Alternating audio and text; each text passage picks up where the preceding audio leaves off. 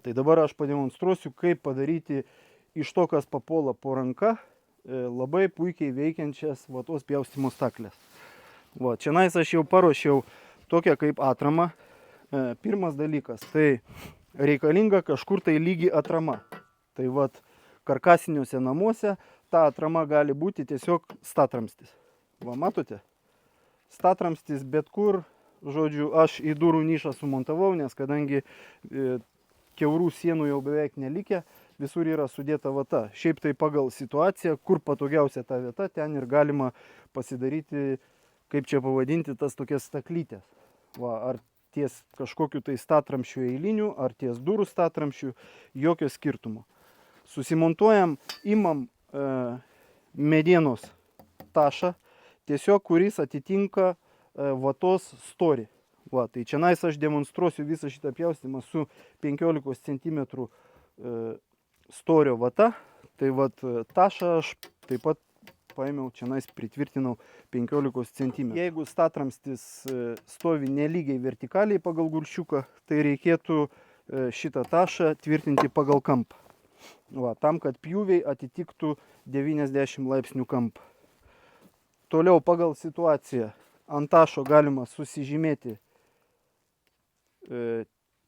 reiškia punktyrus, kaip čia susibraižyti linijas. Aš žinau, kad pas mane perdanga yra 90 cm pločio kiekviena linija, tai aš susižymėjau kas 10 cm.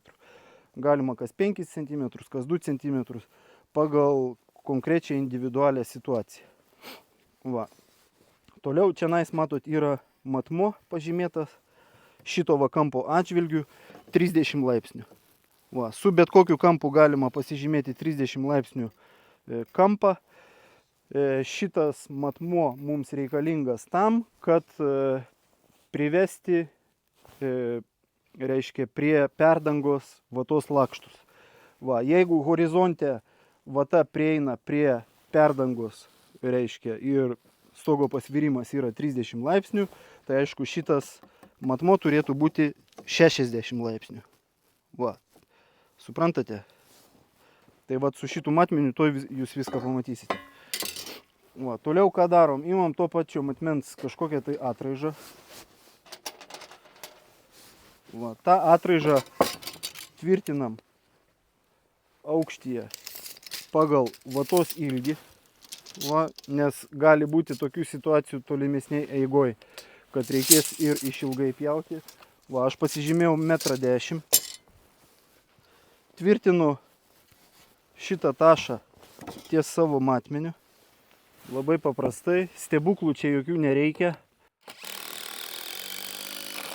Šitie tašai mums išlaiko storį, vatos storį. Toliau imam, kas papuolė po ranka. Specialiai aš nieko nepjaustau, kad jūs pamatytumėt, kaip visą tai yra paprasta padaryti. Vat štai čia aš turiu nulio atžymą.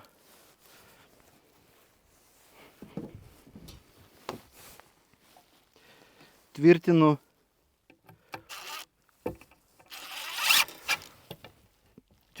šitą tašą ties nulio atžyma.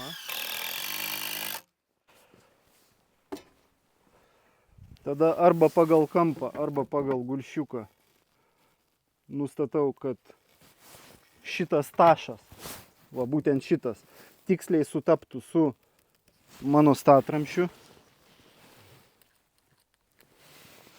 Tvirtinu prie viršutinės atraižos. Dabar kaip išlaikyti kampą? Su kampu irgi viskas yra labai paprasta. Aš turiu pasižymėjęs apačioj aš turiu pasižymėjęs savo 30 laipsnių kampo, reiškia, žymą. Čia svarbu įvertinti lentos arba tašelio, reiškia, kampo atsikišimą, jeigu taip galima pasakyti. Va, į kurį tašką būtent remsis peilis. Va.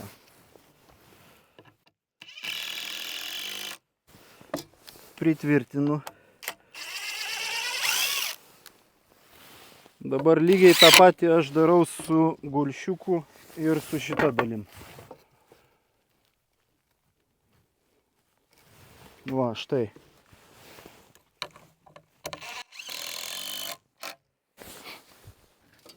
Dabar, va, kaip matote, mano nulinė žyma yra štai čianais. Peilis remiasi į statramstį ir į šitą tašą. 30 laipsnių žyma yra čianais. Atrama, reiškia remiasi peilis į šitą kraštą statramščio ir į šitos lentos kraštą. Dabar kaip viskas veikia, tuoj pademonstruosiu. Va tai įsideda, įsispaudžia standžiai.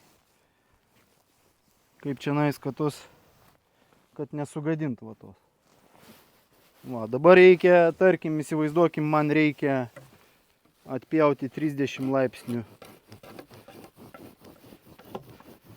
kampą. Pas mane yra labai atramos lygios ir peilio man kažkaip tai iš akies valdyti nereikia. Va štai prašau, va tokios kokybės pjūvis.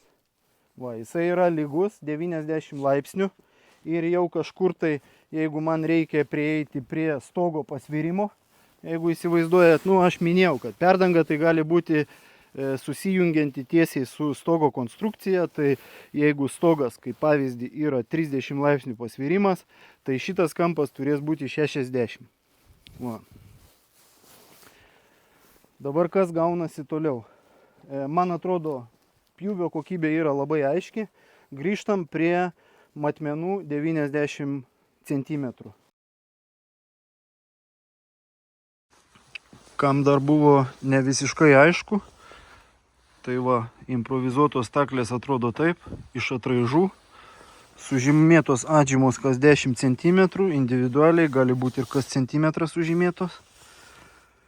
Laipsnis reikiamas pagal stogo nuolydį irgi individualiai yra žymimas.